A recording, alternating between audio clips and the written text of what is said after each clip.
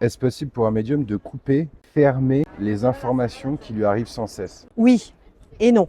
Alors, ça dépend des jours. Ça dépend de comment nous, on a fait le travail en amont. Moi, il m'arrive des fois le soir, je coupe les fils, comme je dis souvent, avec toutes les consultations que j'ai eues et ça se passe très bien. Puis il y a des soirs, je ne sais pas pour quelle raison, il va y avoir dans la nuit des informations qui vont venir ou quand je vais me balader, par exemple, dans la rue, je vais avoir des choses qui vont arriver vers moi. C'est les énergies, en fin de compte, que moi, je vais dégager et les énergies qui vont être autour de moi qui vont venir plus ou moins. C'est pas toujours pareil, et c'est pas toujours à l'identique d'une journée à une autre. Ça doit être horrible, non?